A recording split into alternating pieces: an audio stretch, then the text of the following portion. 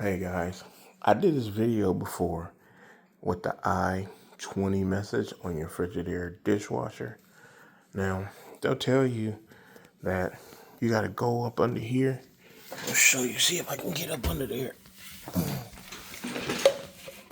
Where the little tab is back there, and pull the tab out.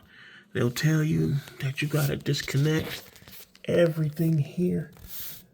I did all of that. And the one thing that was off of my dishwasher for the 120 code era was this hose right here. It goes all the way down. You can't see it. It goes into a space where, right there, where it has to sit in this little groove right here, all the way down in here. If it doesn't sit all the way down in here, it'll register the I20 code. I hope this works for someone else that had the same problem. All right, go.